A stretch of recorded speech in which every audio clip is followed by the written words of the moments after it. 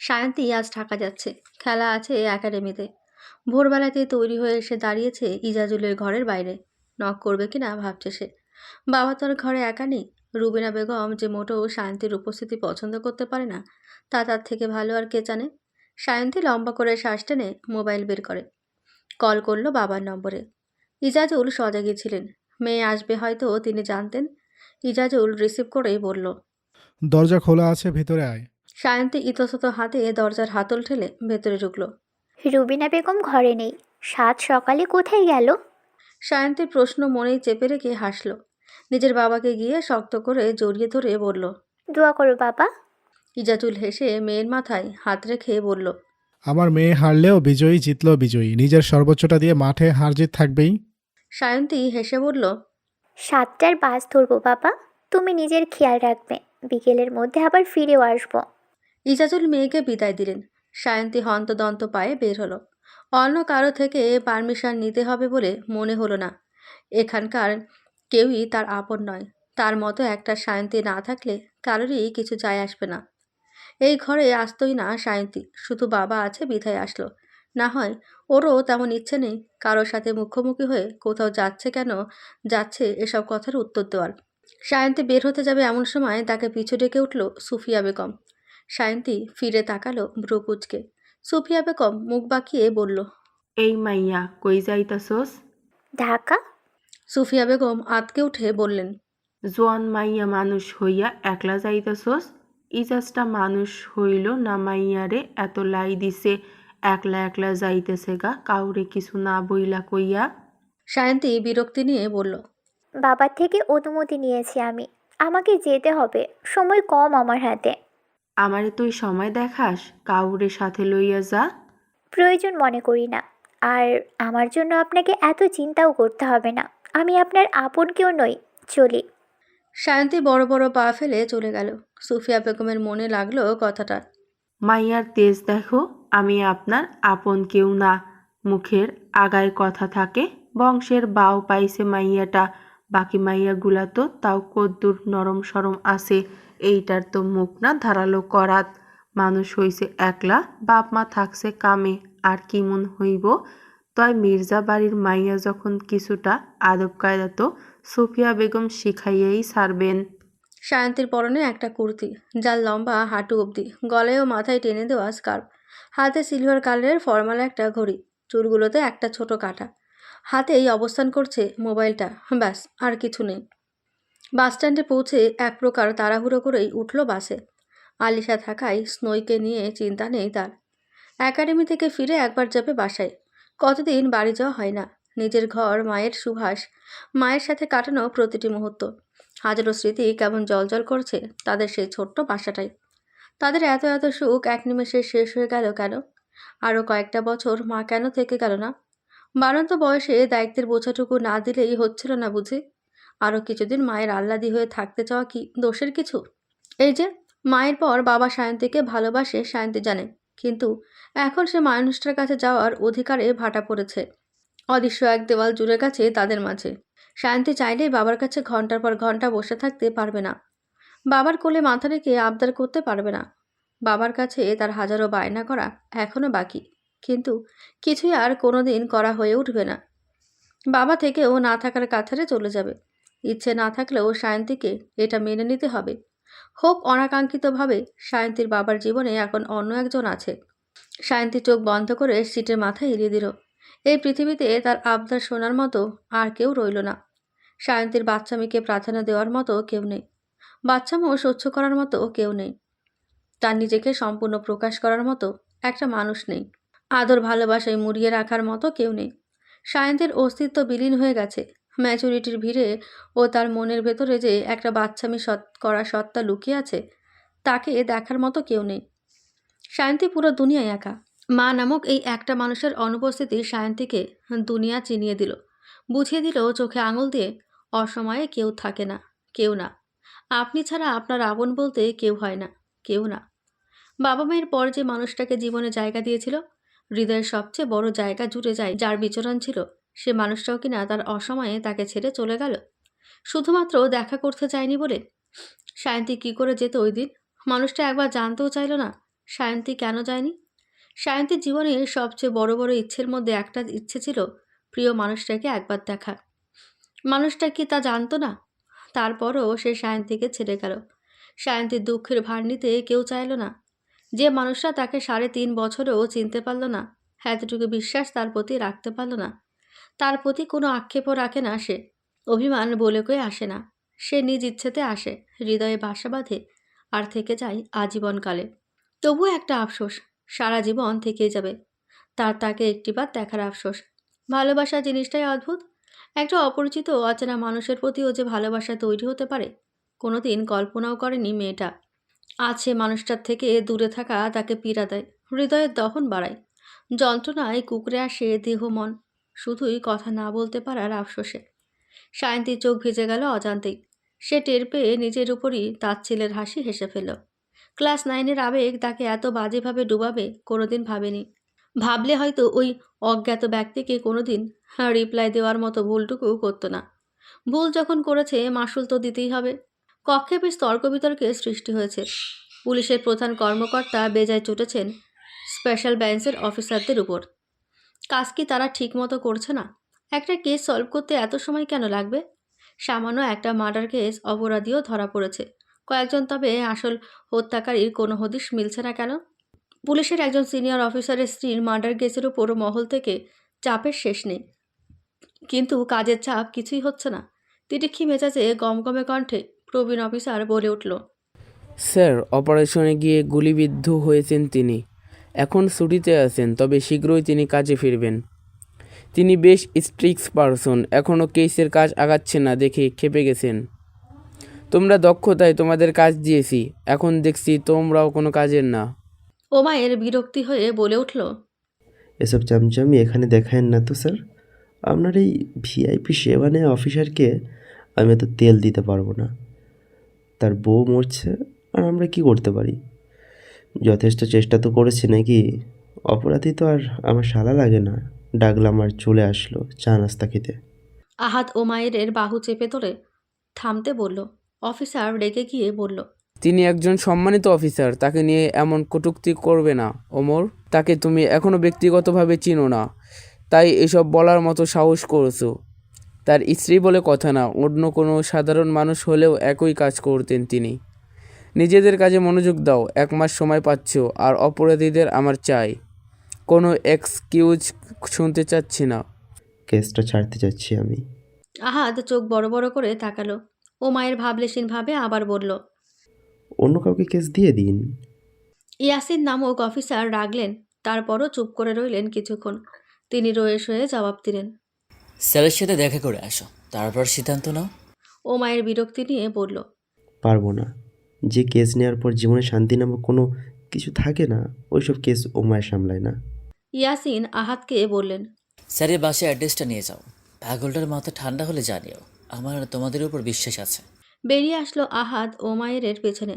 ঢাকা শহরে ধুলোবালি জমা রাস্তায় আজ তীব্র গরমের তেজ। মিনিট 5 হাঁটলেই মনে হয় মাথার মগজ ফেটে বেরিয়ে আসবে। আহাদ বিরক্তি নিয়ে বলল। তুই একটা জাতা। ওমায়ের শান্ত কণ্ঠে বলল। জানি আমি।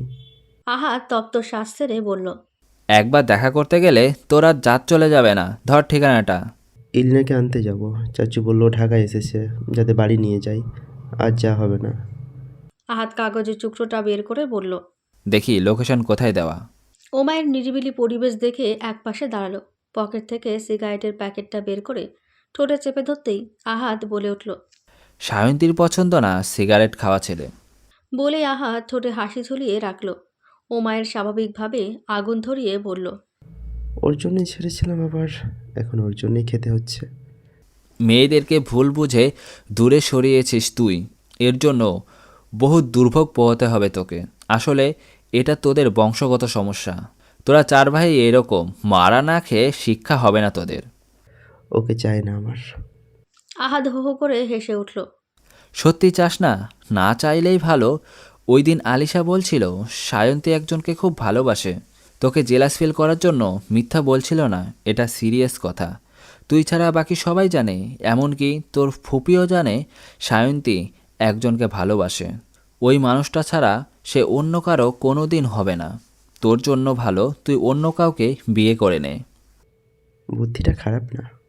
ওর মতো স্বার্থপরকে বিয়ে করার থেকে ভালো নতুন কাউকে বেছে নেওয়া। আহাদ উচ্ছ্বসিত কণ্ঠে বলল। গ্রেট বন্ধু, আসলেই তুই মেয়েটার যোগ্যই না। তোকে যদি ভালোবাসার পরীক্ষা দেওয়া হয় তুই ডাহা ফেল করবি। গাধা, একবারও জিজ্ঞাসা করেছিলি কেন আসেনি? যে মেয়ে তোকে মেসেজের রিপ্লাই না দিয়ে থাকতে পারতো না, নিজের ইগো সাইডে রেখে তোর কাছে বাচ্চাদের মতো আবদার করতো, সবার কাছে ম্যাচুর চুপচাপ থাকা মেয়েটা তোর সাথে সারাক্ষণ বকবক করতো, তোর কি মনে হয় একটা ছেলের সাথে কোনো দিনও দেখা হয়নি? এমনকি সামান্য ছবিও দেখেনি? তোকে এতটা গুরুত্ব একটা মেয়ে কোনো দিন দিয়েছে তোর মনের প্রশ্ন জাগেনি? একদিন আসেনি, 7 দিন মেসেজ দেয়নি, দেখে অমনি তোর 4 বছরের ভালোবাসায় ভাটা পড়ল। কীরকম ভালোবাসা তোর, যে নিজের আসল রূপে ফিরে এসেছিস তুই? উমায়ের কোনো দিনই কোনো মেয়েকে ভালোবাসতেই পারে না। সায়ন্তী তো শুধু তোর জেদ ছিল। আমাদের সাথে বাজি ধরে তুই মেয়েটার জীবন নষ্ট করেছিস ওমায়ের। তুই ওর সাথে ছলনা করেছিস। মেয়েটার কোনো দোষ নেই, তুই ওর সরলতার সুযোগ নিয়েছিস। ওমায়ের আহাদের গলা চেপে ধরে আচমকা রাগে চোয়াল শক্ত হয়ে এসেছে তার। আহাদ এমন পরিস্থিতিতেও হাসছে। ওমায়ের রাগে হিসিয়ে বলল। আমার ভালোবাসা নিয়ে সন্দেহ করলে জানে মেরে দিব তোকে। আহাদ ছাড়া পেয়ে গলায় ঘাড়ে হাত বুলিয়ে বলল। সত্যি বললেই জলে, তাই না?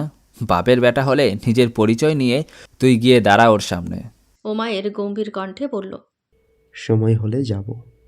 তোর এই সময় আস্তে আস্তে অন্য কেউ এসে নিয়ে চলে যাবে, তখন বুঝবা কেমন লাগে। এর থেকে ভালো আর একটা বুদ্ধি দেই তোরে। দেখ, তুই আর সায়ন্তিকা বিয়ে করে নে, পরে সুখে সংসার কর, অযথা ঝামেলা পাকাস না আর। ওমায়ের আহাদের হাত থেকে কাগজটা কিনে নিয়ে পকেটে রাখল। আহাদ তেরামি করে বলল। তুই যাবি শ্বশুরবাড়ি, আমি কই যাব? জমের বাড়ি যা। আরে ভাই, নিয়ে এসেছিস তো বড়লোকের পোলা হয়ে গাড়িতে, এখন মাঝ রাস্তায় ফেলে চলে যাচ্ছিস? অন্তত বাস স্ট্যান্ডে তো নামিয়ে দে। ওমায়ের অনুমতি নেওয়ার প্রয়োজন মনে করল না আহাদ। দৌড়ে গিয়ে গাড়িতে চড়ে বসল। আহাদ বকবক করে চলেছে। কোথায় যাবে এখন? সবে তো বাজে সকাল 9টা। চল ঘুরে আসি। কেস নিয়ে কি করবি ভেবেছিস? ওমায়ের একটা কথারও জবাব দেয়নি, চুপচাপ গাড়ি চালাচ্ছে। তার মাথায় ঘুরছে অন্য হিসাব। অফিসার ইয়াসিনের দেওয়া ঠিকানা। এই ঠিকানায় কি করে থাকতে পারে পুলিশ কর্মকর্তা? হিসেব মেলাতে ব্যস্ত সে, 2 2-এ 4 যেন সহজেই মিলে যাচ্ছে। কলেজের মাঠ প্রাঙ্গণে বাইকের সাথে হেলান দিয়ে গুনগুন করে বেসুরো গান গাইছে আদিত্য। দীপ্তি এদিক ওদিক নজর দিয়ে দেখল। স্টুডেন্টের পরিমাণ কমই আছে, না হয় এই আদির কাছে কিছুতেই যাওয়া যেত না। নেতা হয়েছে নাকি ছাই, পোলাপানগুলো তাল থেকে তিল বানাতে সময় নেবে না। সন্তর্পণে হেঁটে গেল দ্রুত। মৃদু কণ্ঠে ডেকে উঠল। আদি, আদিত্য চোখ খুলে তাকালো তৎক্ষণাৎ। দীপ্তিকে দেখে ভ্রু কুঁচকে বলল। কি মতলব এসেছিস তো তা? দীপ্তি নিজের হাতে থাকা শপিং ব্যাগটা আদিত্যের হাতে ধরিয়ে দিয়ে বলল। আম্মু পাঠিয়েছে, খালামণিকে দিয়া দিবি মনে করে। আদিত্য কিছু বলার আগেই দীপ্তি এক প্রকার পালিয়ে গেল সেখান থেকে। তারপরও চোখে পড়েই গেল অনেকের। সেদিনের ঘটনা, তার উপর আজকে দুজনকে একসাথে দেখা। কিছু তো আছে এদের মাঝে। সায়ন্তীর পরনে সাদা লাল কম্বিনেশনের একটা টি শার্ট, তার উপর ক্রিকেট একাডেমির নাম খোদাই করা। চুলগুলোকে পনিটেইল করে রেখেছে, হাতে তার ব্যাট, মাঠ জুড়ে উত্তেজনা। খেলায় মনোযোগী সায়ন্তী খেলাই করল না। দর্শকের ভিড়ে তার দিকে একজনের তীক্ষ্ণ দৃষ্টি। 1 রানের পার্থক্যে জিতে গেছে সানশাইন একাডেমি। উচ্ছ্বসিত জনতার মুখে বিজয়ের উচ্ছ্বাস। সায়ন্তী সহ দলের বাকিরা বিজয়ী উল্লাসে মেতেছে। কে বা কারা জাতীয় দলে সিলেক্ট হয়েছে তা জানা যায়নি আজ। তবে বিজয়ী দল সংবর্ধনা পাবে ঘটা করে। সায়ন্তী খেলার পোশাক ছেড়ে আগের বেশে বেরিয়ে এলো কিছু সময়ের মধ্যে। এত কোলাহল কেন যেন ভালো লাগছে না তার। সায়ন্তী রোদ মাথায় নিয়ে হেঁটে গিয়ে উঠল রিকশায়। রিকশায় গিয়ে থামলো স্থানীয় বাজারে। সায়ন্তীকে বাজারে নামতে দেখে ওমায়ের ভ্রু কুঁচকাল। বাজার করা কবে শিখলো? জিমে রান্নার তো দূর, খুন্তি হাতে নিতেও জানে না। সায়ন্তী কিছু সময়ের মধ্যেই আবার ফিরে আসলো। আরেকটা রিকশা ধরে সোজা বাড়ি যাবে। সায়ন্তী ফ্ল্যাটের দরজাটা হাট করে খুলে ভেতরে ঢুকে পড়ল। হাতে জিনিস থাকায় দরজা লাগাতে পারল না তৎক্ষণাৎ। এই সুযোগটা যেন খুঁজছিল ওমায়ের। সে চুপি চুপি ঢুকে পড়ল ঘরে। এরকম কেন করলো সে নিজেও জানে না। তবে মনে হলো সায়ন্তীর কাজকর্ম দেখার লোভ সামলাতে পারেনি সে। সায়ন্তী হাত মুখ ধুয়ে রান্নাঘরে ঢুকলো দক্ষ হাতে। মেয়েটা রান্না করতে লাগলো। হা হয়ে গেছে ওমাইরের মুখ। ওর চেনা জানা সায়ন্তী পুরোপুরি বদলে গেছে এই কয়েকটা মাসে। ধৈর্য কম ছিল, রাগ প্রচুর ছিল, জেদের কথা আর কি বলবে। বাড়ি মাথায় তুলে ফেলা মেয়ে সায়ন্তী। একটা গ্লাস পানি অবধি তাকে মুখে তুলে খাওয়াতে হতো। রান্নাঘরে পা মারায়নি কখনো। প্রচুর পরিমাণে অগোছালো। টই টই করে ঘুরে বেড়াতো হাস্যোজ্জ্বল চেহারার রমণী ছিল মেয়েটা। স্কুল কলেজে মারামারি অবধি বাকি রাখেনি। ইজাজুল মির্জাকে এই নিয়ে কম ভোগান্তি পোহাতে হয়নি। ওমায়ের ভাবতে বসলো কি হয়েছে সায়ন্তীর সাথে এই কদিনে। সায়ন্তী এরই মধ্যে ওয়াশরুমে ঢুকে তার দরজা ঠাস করে বন্ধ করেছে। ওমায়ের নিজেকে চোর চোর লাগলো। ঘরে ঢুকে কিনা ঘাপটি মেরে বসে আছে। ছি! সায়ন্তী ওয়াশরুম থেকে বেরিয়ে গিয়ে রুমে ঢুকলো, শটান হয়ে বিছানার উপর হয়ে শুয়ে পড়ল। মিনিট 10 পর সায়ন্তীকে বের হতে না দেখে ওমায়ের নিজেই ঢুকলো ঘরে। গিয়ে এসে অবাক, মেয়েটা আরামে ঘুমাচ্ছে। এসির পাওয়ার আরও একটু বাড়িয়ে দিল ওমায়ের। ঘরটা এর আগে আংশিক দেখেছে সায়ন্তীর ছবিতে, পুরোপুরি দেখার সুযোগ হয়নি। ওমায়ের চোখ বুলালো পুরো ঘরে। সায়ন্তী আর উর্বশীর একটা সুন্দর ছবি ফ্রেমে বন্দি সাইড টেবিলে রাখা হয়েছে সযত্নে। ঘরের প্রতিটা জিনিসে আভিজাত্যের ছোঁয়া। ঘরের দেওয়ালে বিভিন্ন পেন্টিং, সবগুলো পাগলিটার কেনা। বারান্দার পর্দা থেকে শুরু করে বেডশিটটা পর্যন্ত লেমন কালার। সায়ন্তীর মতে এই রং চোখ ও মনের শান্তি দেয়। এত ভালো জীবন ছেড়ে মির্জা বাড়িতে চরম অবহেলায় কেন থাকছে সায়ন্তী? শুধুই কি নিজের বাবার মন রক্ষার্থে? ওমায়ের ছুটে গেল রান্নাঘরে। সায়ন্তী এতক্ষণ রান্না করছিল আর একা একাই কথা বলছিল তার মায়ের সাথে। ওমায়ের ভাবতে বাধ্য হলো সায়ন্তী একা একা একজন মৃত ব্যক্তির সাথে কথা বলছে। তাও যেন তার উপস্থিতি বাস্তবে আছে, কিন্তু পুরো ফ্ল্যাট জুড়ে ওরা দুজন ছাড়া কেউ নেই। খাবারগুলো সত্যি লোভনীয়। পেটের ক্ষুধাটা চরমনে হয়ে উঠল ওমায়ের। কড়াইতে ফ্রাইড রাইস সাথে চিকেন ফ্রাই 4টে, দুজন মানুষের পরিমাণেই রান্না করা। সায়ন্তী নিজের মায়ের জন্য রান্না করেছে। বলছিল তোমাকে প্রথম রান্না করে খাওয়াবে আম্মু। এতদিন তো তোমার সাথে কথা বলার সুযোগই হয়নি ওই মহিলাটার জন্য। কেমন যেন আবোল তাবোল বাক্যলাপ। ওমায়ের প্লেটে খাবার তুলে গপাগপ খেতে লাগলো। সত্যি অসাধারণ রান্না। ইস, বউ এত ভালো রান্না করতে পারলে তো ওর ডায়েটের 12টা বেঁচে যাবে। অন্যান্য পুলিশ সদস্যদের মতো ফিটনেস ভুলে পেটে বড় ভুঁড়ি নিয়ে ঘুরতে হবে। কি বাজে দেখাবে ভেবেই পেট ফেটে হাসি আসতে চাইল ওমাইরের। খাওয়া শেষ করে এদিক ওদিক তাকালো। আরও কিছু একটা বানিয়েছে সায়ন্তী, ডেজার্ট মনে হয়। ফ্রিজ খুলে দেখলো সেখানে আছে কিনা। পেয়ে ওমাইরের চোখ চকচক করে উঠল। চামচ উঁচিয়ে মুখে পুরল ফটাফট। চোখ বন্ধ করে খাবারের স্বাদ গ্রহণ করলো। ওমাইরের খাওয়া শেষে তৃপ্তির ঢেকুর তুলল। ওমাইরের কাণ্ড একটা ছোচা বিড়ালের থেকে কম কিছু নয়। না বলে কয়ে চুপি চুপি মেয়েটার করা রান্নার ভাগ বসিয়ে দিয়েছে। তাও নিজের মধ্যে কোনো অপরাধবোধ নেই। এ কাজটা করে সে খুশি। সায়ন্তীর সামনে থাকলে এখন নিশ্চিত বিনা টিকিটে লাথি মেরে বুড়িগঙ্গায় ফেলে দিত। দাঁত কেলিয়ে হাসলো ওমায়ের। তারপর আরেকবার সায়ন্তীকে দেখতে গেল তার ঘরে। ধরা পড়ার ভয়ও আছে মনে। তবে সেসব বেশি আমলে নিল না ওমায়ের। কিন্তু হাঁটতে গিয়ে পা লেগে পড়ে গেল স্টিলের তৈরি একটা প্লেট। ঝনঝন করে শব্দ হলো পুরো ঘর জুড়ে। ওমায়ের নিজের মাথায় একটা মারল। তড়িঘড়ি করে গিয়ে লুকালো পর্দার আড়ালে। ধরা পড়লে মান সম্মান সব শেষ। সায়ন্তী উঠে আসলো না, অলসটা নিশ্চিত ঘুমোচ্ছে। ওমায়ের আবার ঢুকলো সায়ন্তীর ঘরে। না, ঘুমোচ্ছে মেয়েটা। ওমায়ের না চাইতেও চোখ আটকে গেল মেয়েটার গলার কাছে। গায়ে ওড়না দেয়নি সায়ন্তী, এক কাঁধ হয়ে ঘুমাচ্ছে। অশালীন কিছুই নেই। ওমায়ের চোখ লাগলো একটা অন্য বিষয়, গলার চেইনটা। চেনের ভেতর ঝুলানো তার দেওয়া রিংটা। এই আংটিটা ওমায়ের সায়ন্তীকে নিজের স্মৃতিস্বরূপ দিয়েছিল তার 16তম জন্মদিনে। ওমায়ের অন্তরাত্মা কেঁপে উঠল কেন যেন। মেয়েটা যদি পরিচয় জানার পর আরও দূরে সরে যায় তখন? সায়ন্তী ওমায়েরকে না চিনতে পারে, ওমায়ের তো চেনে। চেনা জানার পরও পরিচয় গোপন করেছে।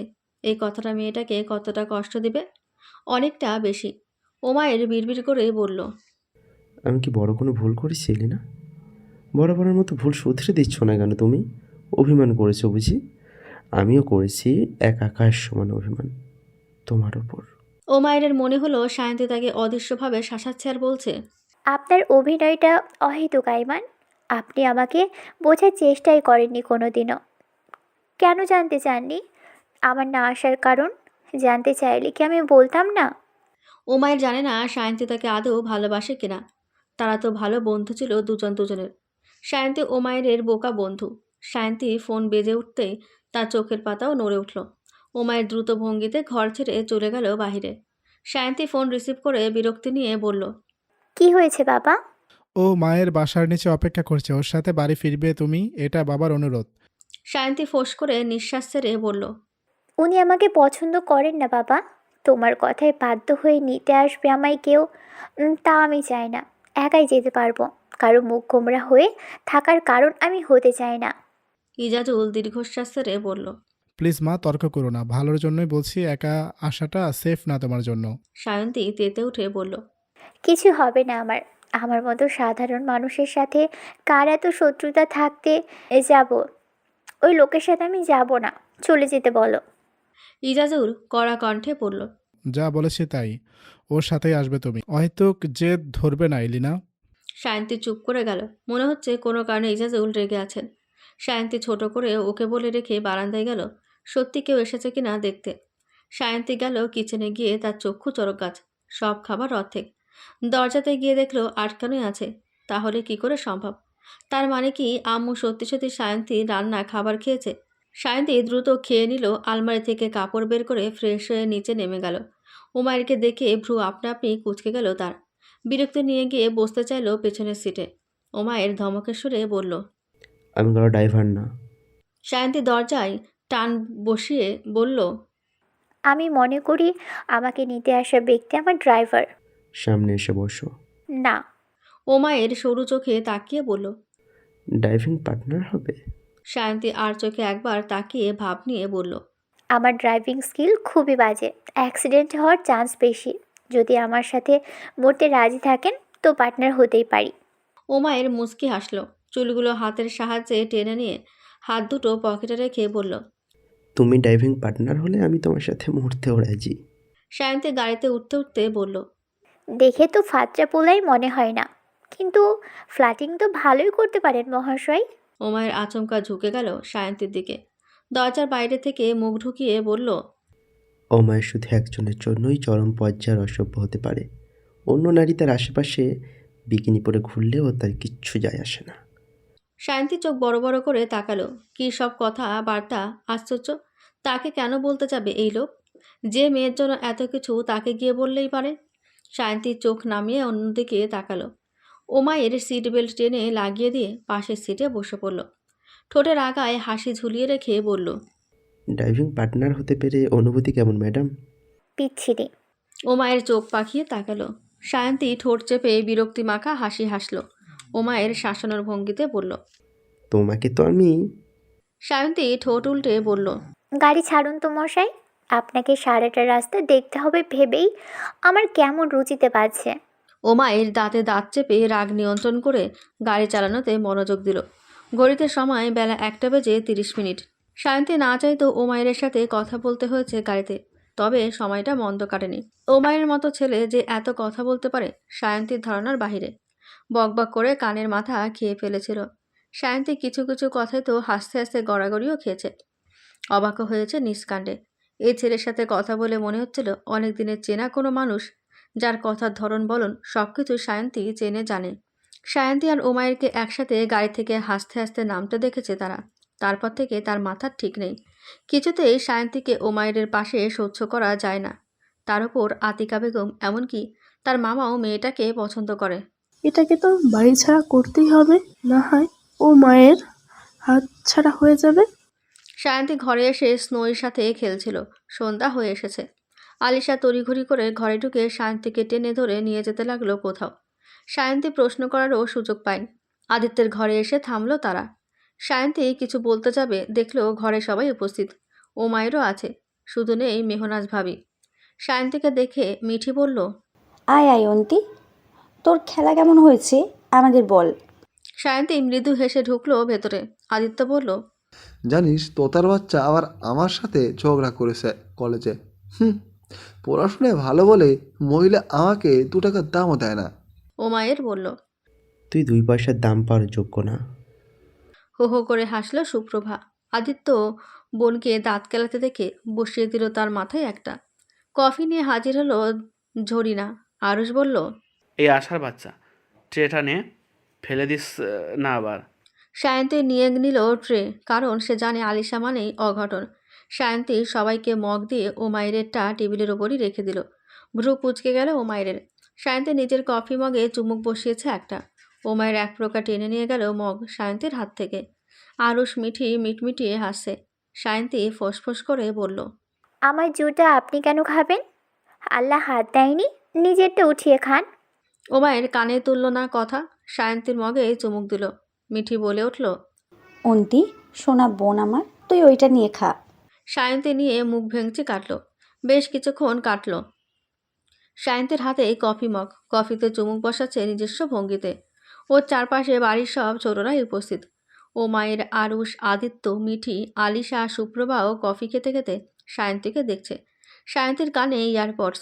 কারোর সাথে কথা বলছে মনোযোগ দিয়ে ধীর কণ্ঠে। বাকিরা যে যার মতো আড্ডা দিচ্ছে। সায়ন্তীর কণ্ঠটা হঠাৎই কেমন বাস খায় শোনালো। মেয়েটার কপালে দুটো ভাঁজ পড়ল। তিরিক্ষি মেজাজে গমগমে কণ্ঠে বলে উঠল, আশেপাশে কিছু আছে কিনা দেখো তো ভাবি, যা পাবে তা দিয়েই মারো, একটা মারো যেন মাটিতে না পড়ে। কফি মুখে খুক করে কেসে উঠল আরুষ। সুপ্রভারও একই অবস্থা। সায়ন্তী নির্লিপ্ত ভঙ্গিতে দাঁড়িয়ে কথা বলছে, যেন সবই স্বাভাবিক। ওপাশ থেকে মেহরাজের কথা তো শুনতে পেল না কিছুই। তবে সায়ন্তী আবার বলে উঠল খুবই স্বাভাবিক ভঙ্গিতে, এত ভয় পাওয়ার কি আছে? তুমি মারো, মরে গেলে দায়ভার আমার। ফ্লাওয়ার বাস পেয়েছো, মাথায় মারোনি কেন এখনো? সাথে ভাইয়াকে দুটো লাগাবে। এমপ্লয়ি হয়ে বালপাকনামি করতে কেন আসবে? এই 3 বেলা খাও কেন বলো তো? হাতে জোর নেই তোমার? তোমাকে ধাক্কা মেরে দিল, তুমি চুপচাপ হজম করে নিলে। টুটি চেপে ধরতে পারলে না? জামাইটা তোমার, অন্য কারণ না। জামাই ভালোই ভালো হলে ভালো, না হলে চাপটে সিধে হোক করে নিতে হয়। জামাই একটা সেন্সিটিভ জিনিস, বুঝেছো? সবার অবস্থা কাহিল। সায়ন্তীর কথা শুনে কফি খাওয়া বাদ দিয়ে ড্যাব করে ওর দিকেই তাকিয়ে আছে। ও মায়ের চোখ ছোট করে তাকিয়ে আছে। আলিশা বলে উঠল, ভাবিকে বল মেয়েটার গাল ঠাস করে একটা মেরে ফাটিয়ে দিতে। ভ্যাতব মহিলা, অন্যের জামাই দিকে কেন নজর দিবে? হ্যাঁ, আরুষ মুখে হাত দিয়ে বলল। আমি বিয়া করতাম না জীবনে। আদিত্য বলে উঠল, আয় ভাই আয়, আমি ওই যদি আমাদের বোনদের মতো বউ কপালে জুটে তাহলে আর দেখতে হবে না। আহা, বেচারা আহান ভাই। আলিশা মুখ ভেঙচি কাটল। মিঠি সুপ্রভা মুখ চাওয়াচাই করল। সুপ্রভা বলে উঠল, তাই বলে ভাইয়াকে মারবে? সায়ন্তী হাসি মুখে ফোন রেখে সবার দিকে তাকাতে দেখল সবাই ওর দিকেই অদ্ভুতভাবে তাকিয়ে আছে। সায়ন্তী ভ্রু কুঁচকে ইশারা করল। কি সমস্যা? ও মায়ের কফি মগটা টেবিলে রেখে গম্ভীর কণ্ঠে বলে উঠল, তুমি তো মেয়ে সুবিধার না, আমার সহজ সরল ভাবিটাকে মারামারি শেখাচ্ছ, জামাইকে মারার জন্য উৎসাহ দিচ্ছ, আমাদের বাড়ির বউকে অফিসে গিয়ে মাস্তানি করা শেখাও, সাহস তো কম না। সায়ন্তী ভাবলেশীনভাবে বলল, ভাগ্য ভালো, আপনার ভাই মেয়নাজ ভাবির মতো মেয়ের হাজব্যান্ড, তাই এখনও এত সব করেও বেঁচে আছে, দ্বিতীয় সুযোগ পাচ্ছে। যদি আমার জামাই এই সেম ক্যারেক্টারের হইতো, এমনভাবে মারতাম, বিসমিল্লা বলে আল্লাহর নামে কোরবানি করে পদ্মায় ভাসিয়ে দিতাম। আরুষ ওমায়ের দিকে তাকিয়ে জোরে চেঁচিয়ে বলে উঠল। কি? ওমায়ের মনে বলল, গন্ডিটার প্রেমে যে কী দেখে পড়েছিলাম। মিটিং রুমে আহান সহ উপস্থিত আরও বেশ কয়েকজন কর্মকর্তা। নিপা একটা মেয়েকে অনুমতিবিহীন এখানে ঢুকতে দেখে রেগে ধাক্কা বসিয়েছে। আহান কিছু বলতে যাবে তার আগে নিপা গিয়ে আহানের বাহু জড়িয়ে ধরে বলে উঠল, তোর অফিসের রুল কড়াকড়ি হওয়ার পরেও একটা বাইরের সাধারণ মেয়ে তোর মিটিং রুমে কি করে ঢুকে পড়ে? মেহনাজ রাগে লাল হয়ে গেছে ইতিমধ্যে। আহানের কপালে ভাঁজ পড়েছে কয়েকটা। মেহনাজ দাঁতে দাঁত চেপে বলল, আপনি ওনার বাহু চেপে ধরার সাহস কই পান? নিপা ভাব দেখিয়ে বলল, শুধু বাহু কেন, জড়িয়েও ধরার সাহস পর্যন্ত রাখি। আমরা ভালো বন্ধু, এটা অফিসের সবাই জানে। মেহনাজ এগিয়ে আসতে চাইল আহানের দিকে। নিপা চরম ভুল কাজটা তখনই করল। আহানকে জড়িয়ে ধরে বসল সে। বাকি উপস্থিত 10 জন কর্মকর্তা হা হয়ে কাণ্ড দেখছে তাদের। 10 জনের মধ্যে 6 জনই মেহনাজকে চেনে। নিপা স্যারের বউয়ের সামনে তাকে জড়িয়ে ধরেছ, এবার কি হবে? মেহনাজ পাশে থাকা ফ্লাওয়ার ভাসটা তুলে একটা আছাড় মারল কাচের টেবিলটার উপর। মুহূর্তেই ভেঙে চুরমার হয়ে গেল টেবিলটা। আহান ধাক্কা দিয়ে সরিয়ে দিল নিপাকে। মেহনাজের শরীর অবধি কাঁপছে রাগে। সে চিবিয়ে বলল, সবাইকে বাইরে যেতে বলুন আহান, আমার আপনার সাথে কথা আছে। নিপা বলে উঠল। কি কথা আছে সবার সামনেই বলো। মেহনাজ ঠাস করে পরপর 4টে চর বসিয়ে দিল নিপার গালে। রেগে বলে উঠল। বয়সে বড় দেখে এতক্ষণ সম্মান দিচ্ছিলাম, তোর মতো মেয়েকে তো আমি